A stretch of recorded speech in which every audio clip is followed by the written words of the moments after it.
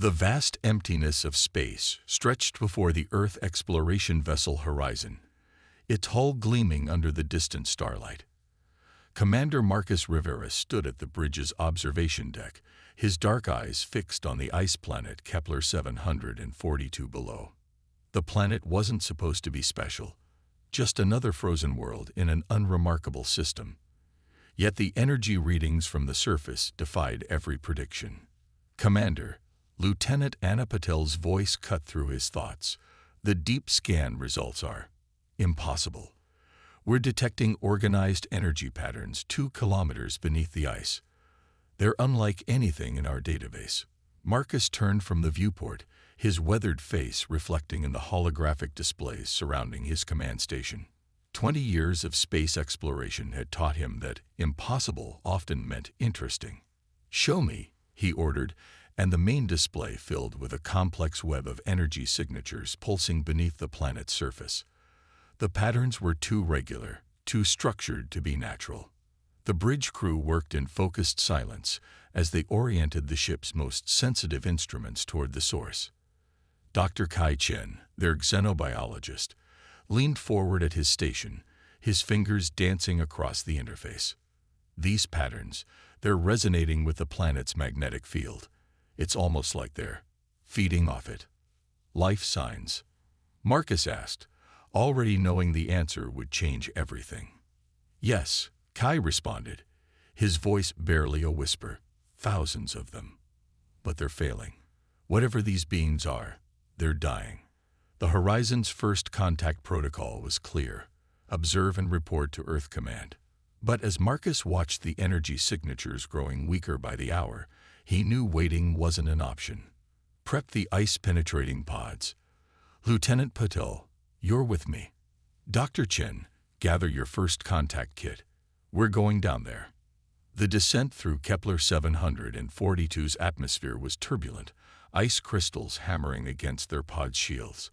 As they broke through the clouded layer, an endless expanse of white stretched to the horizon, broken only by massive crystal spires that jutted from the ice like the bones of ancient giants. Their pod landed near the strongest energy signature, its heating elements immediately engaging to prevent ice from sealing them in. The team emerged in their thermal suits, instruments scanning constantly. The air temperature read -120 degrees Celsius, cold enough to freeze their equipment if they stayed too long. "There," Anna pointed toward a crystalline formation that seemed to pulse with a faint inner light.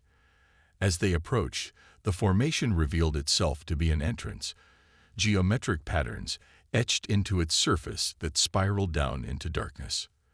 The team activated their suits' powerful lights and began their descent.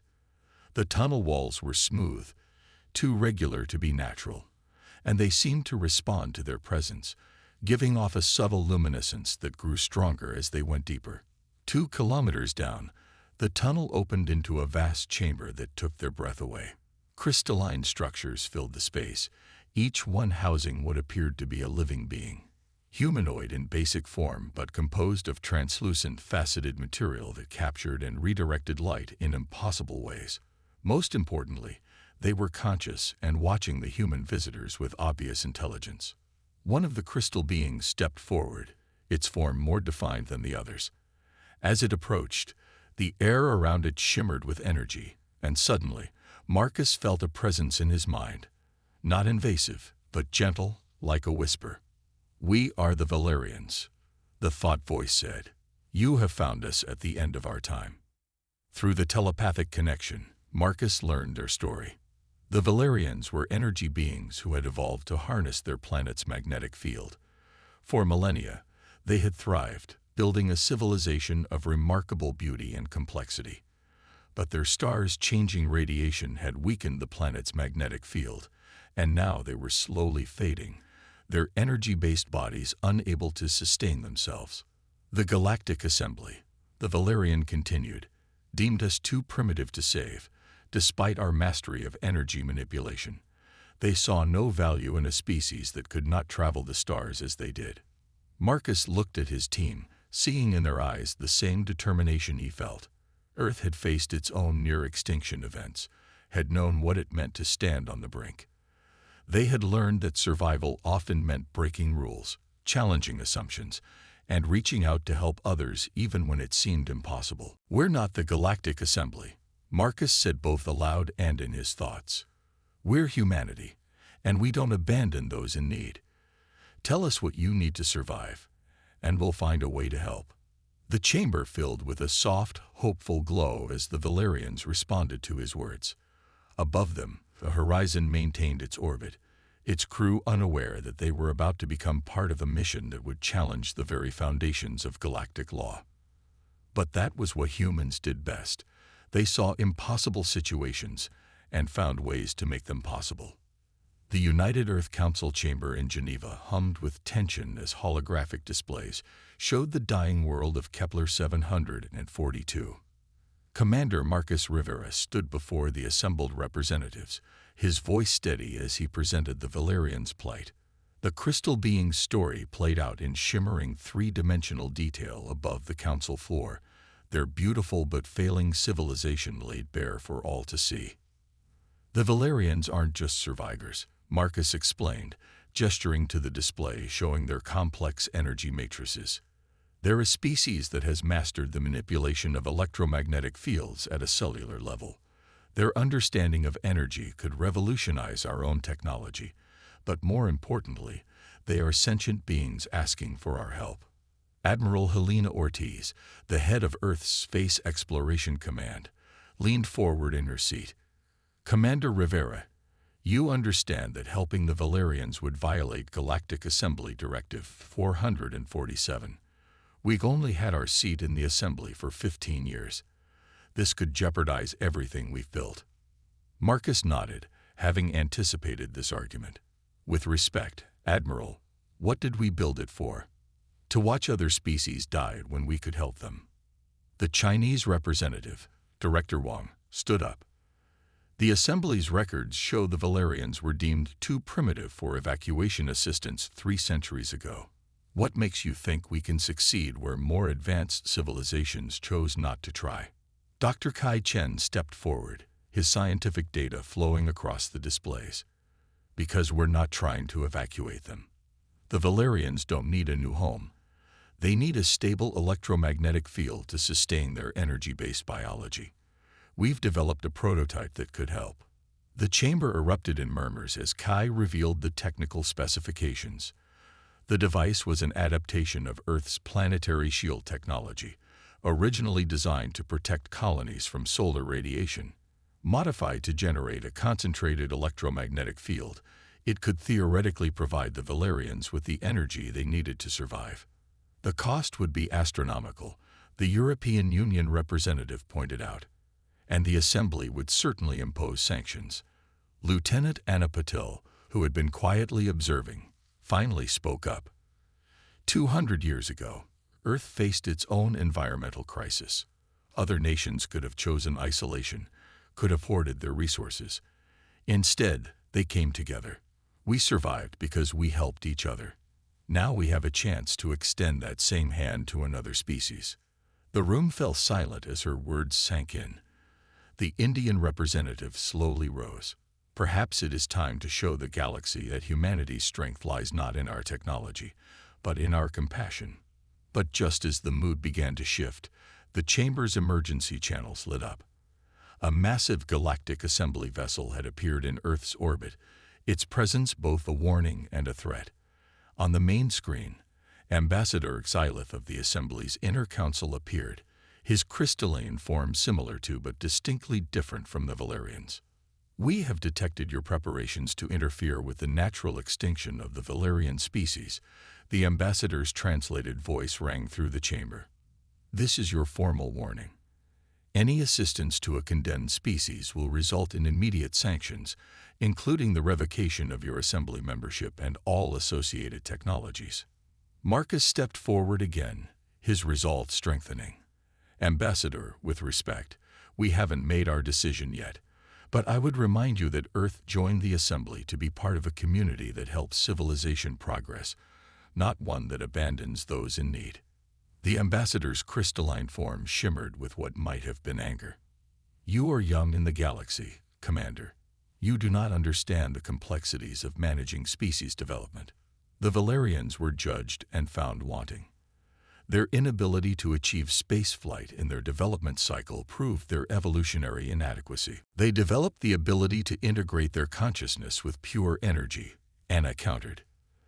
They built a civilization that could communicate through thought and light. Just because they chose a different path doesn't make them less worthy of survival. The ambassador's next words carried a cold finality. You have 24 Earth hours to cease all preparation for intervention. After that, the consequences will be severe. As the transmission ended, the chamber erupted in debate. Admiral Ortiz called for an immediate vote, knowing that time was critical. The Valerians were weakening by the day, and now Earth faced its own crisis of conscience. Marcus watched the representatives argue, their fears and hopes playing out in heated exchanges. He thought of the dying lights beneath Kepler 742's surface, of the quiet dignity with which the Valerians faced their extinction. His communicator buzzed. A message from his ship. The Horizon's crew had unanimously voted to support whatever decision Earth made, even if it meant risking their careers and freedom. The next few hours would determine not just the fate of the Valerians, but perhaps the very nature of humanity's role in the galaxy. As the debate raged on, Marcus realized that this wasn't just about saving one species. It was about deciding what kind of civilization humanity wanted to be.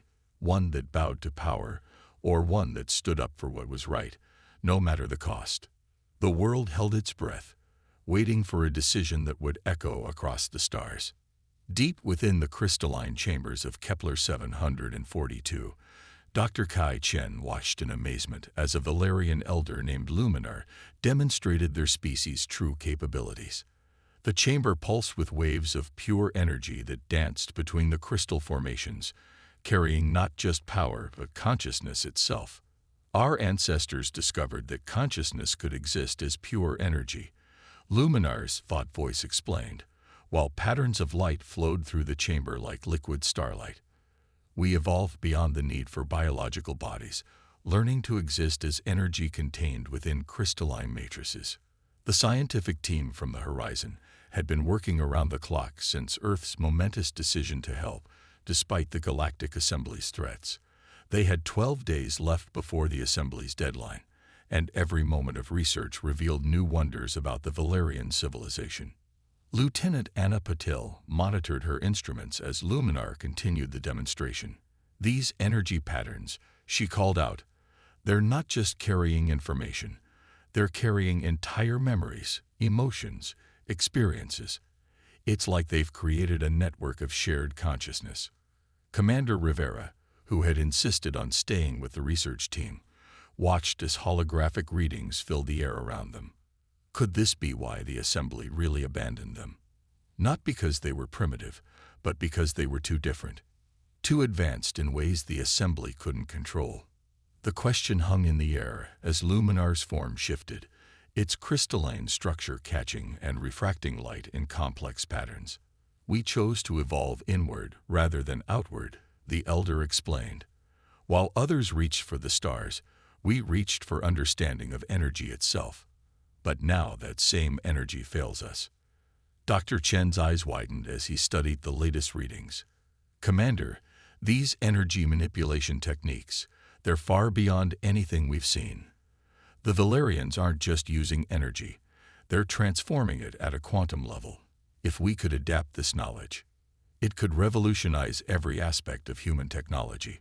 Anna finished, her voice filled with wonder. Clean energy, quantum computing, even our understanding of consciousness itself. But their scientific breakthrough was interrupted by an urgent communication from Earth. Admiral Ortiz's hologram appeared in the chamber, her expression grave. Commander, we have a situation. 3 more Assembly warships have entered the solar system. They're positioning themselves around Earth's defense grid. Marcus felt his jaw tighten. They're not waiting for the deadline. They're preparing to force our compliance. There's more, the Admiral continued. We've intercepted communications suggesting this isn't just about the Valerians.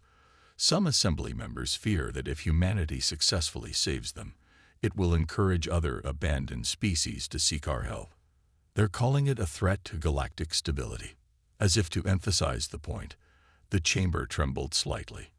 Above them, assembly scout ships had begun entering Kepler 742's atmosphere, their energy signatures clearly visible on their instruments. Luminar's form pulsed with concern. Perhaps the cost to your species is too great. We have accepted our fate once before. We can do so again. But Marcus shook his head, a plan already forming in his mind. No, the assembly abandoned you because they didn't understand you. But maybe that's exactly why humanity needs to save you. We've always been at our best when we face the unknown, when we challenge assumptions about what's possible. He turned to his team. Dr. Chen, focus on integrating Valerian energy manipulation techniques with our electromagnetic field generators. Lieutenant Patel, I need you to find a way to mask our power signatures from those ships. We're not just fighting time anymore. We're racing against direct intervention. The chamber hummed with renewed activity as the human team worked alongside their Valerian hosts. Through their shared consciousness, the Valerians began teaching the humans secrets of energy manipulation that had taken them centuries to master. In return, the humans showed them how their technology could amplify and stabilize the Valerians' weakening energy fields. As they worked, Marcus received another communication, this time from the Chinese science vessel Zhonghe, approaching Kepler 742 under the cover of a diplomatic mission. Director Wang's face appeared on the holographic display. Commander, we've been analyzing the Assembly's past records, the director said, his voice low and urgent. We found something interesting. 3 centuries ago, it wasn't just the Valerians who were abandoned. Dozens of species were deemed unworthy of saving. Species that, like the Valerians, had developed along unusual evolutionary paths. The implications were staggering. The Assembly hadn't just abandoned the Valerians, they had been systematically suppressing civilizations that didn't fit their narrow definition of progress. Humanity's stand wasn't just about saving one species anymore. It was about challenging a system that had been wrong for centuries. As the Assembly ships drew closer and the deadline approached, the combined human-Valerian team raced to complete their work. In the crystalline chambers deep beneath the ice, 2 very different species worked together, each bringing their own strengths to bear on an impossible problem. And with each passing hour, they proved that the Assembly's judgment had been wrong. Progress didn't always mean reaching for the stars. Sometimes it meant reaching out to help others, no matter the cost. The ice storms of Kepler 742 raged above as Commander Marcus Rivera watched the holographic display showing 5 Assembly warships entering high orbit. Below ground, in the vast crystalline chamber that had become their base of operations, human and Valerian alike worked with desperate intensity. They had less than 8 hours remaining before the Assembly's deadline. Commander, Lieutenant Anna Patel called out, her voice tense. The Assembly ships are deploying some kind of energy-dampening field. They're trying to cut off our power supply from the surface. Dr. Kai Chen looked up from his workstation, where complex energy patterns danced across his screens. Without the surface generators, we'll lose the stabilization field. The Valerians. He didn't need to finish the sentence. Everyone knew what was at stake. Luminar's crystalline form flickered weakly nearby, the Elder's light dimmer than it had been days ago. The Assembly's interference was already affecting them. Your species has shown us more kindness in days than the galaxy has in centuries, the thought voice whispered. But perhaps the cost is too high. Marcus watched as more warning signals flashed across their displays. The Assembly wasn't just trying to stop them. They were making an example of humanity's defiance. Reports from Earth showed trade sanctions being implemented, technological access being revoked, and diplomatic ties being severed. Admiral Ortiz's hologram appeared, her image crackling with interference. Commander, we've lost contact with 3 of our colony worlds. The Assembly is systematically isolating us. The Security Council is meeting in emergency session, and there's pressure to comply with the Assembly's demands. But before Marcus could respond, Director Wang's transmission cut in. "Commander, the Zhonghe has completed its analysis of the Assembly's suppression patterns. This goes deeper than we thought. The Valerians aren't just victims. They're proof that the Assembly's entire technological hierarchy is built on a lie." The chamber fell silent as Wang explained. The Assembly hadn't abandoned primitive species. They had systematically eliminated potential rivals, species that developed along different technological paths, especially those that mastered energy and consciousness in ways the Assembly didn't understand, were deemed unworthy and left to die. The Assembly fears them, Anna realized, looking at the weakening Valerians with new understanding. They fear what they could teach other species. A violent tremor shook the chamber as the Assembly ships intensified their energy dampening field. Crystal formations began to crack, and the light emanating from the Valerian matrices grew dangerously dim. "We're losing them," Kai shouted, his instruments showing critical readings. "The field is disrupting their energy patterns. Their consciousness is beginning to fragment." Marcus watched in horror as the beautiful light patterns that had filled the chambers began to fade. The Valerians were dying, and with them would die the proof that the Assembly's dominance was built on centuries of calculated genocide. But then something extraordinary happened. As the Valerian light dimmed, it changed frequency. The dying aliens were doing something unprecedented. They were merging their consciousness into a single, unified energy pattern. "They're pooling their remaining energy," Anna gasped, her instruments barely able to measure the transformation. "But it's not just energy. They're sharing everything. Their entire civilization, every memory, every discovery, every moment of their existence." Luminar's form blazed briefly brighter. "We give you our legacy," the thought voice echoed in their minds. "All that we are, all that we have learned. Use it wisely."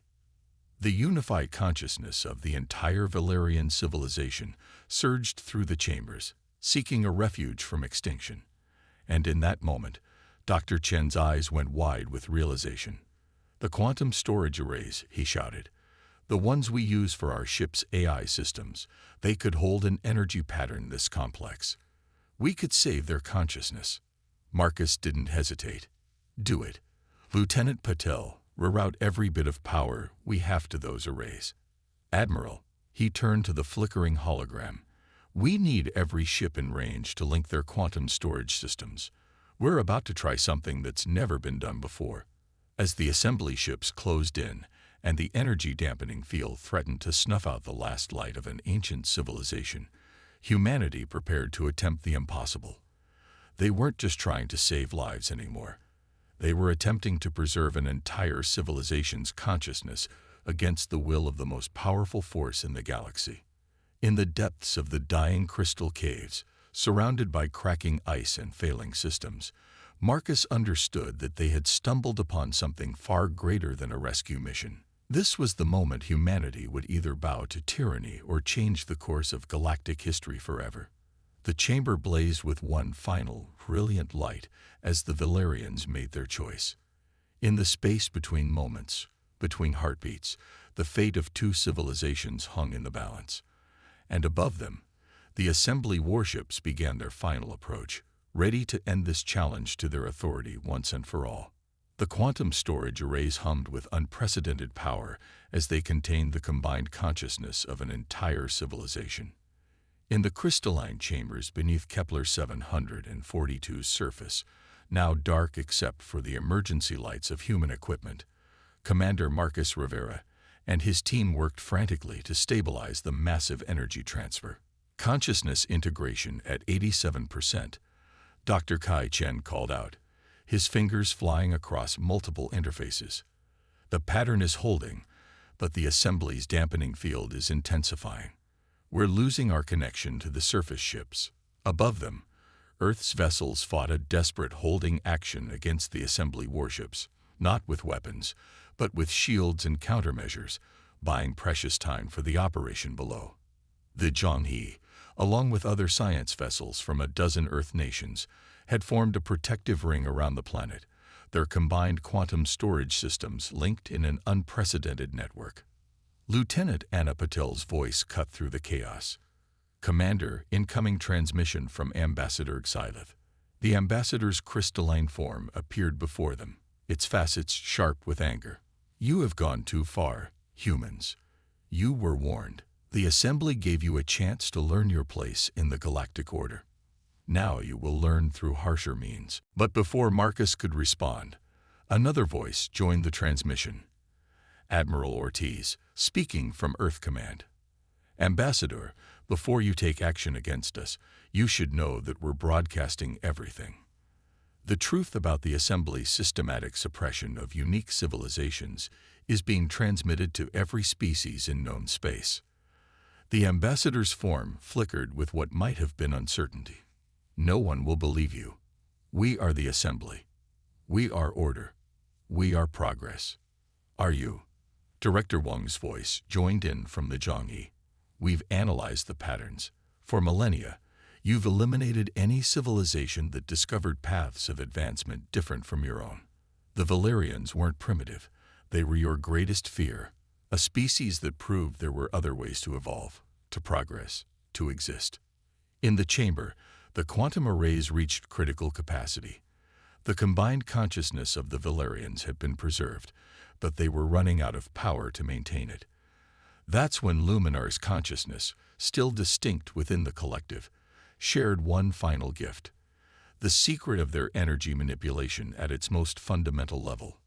Dr. Chen's eyes widened as he interpreted the data.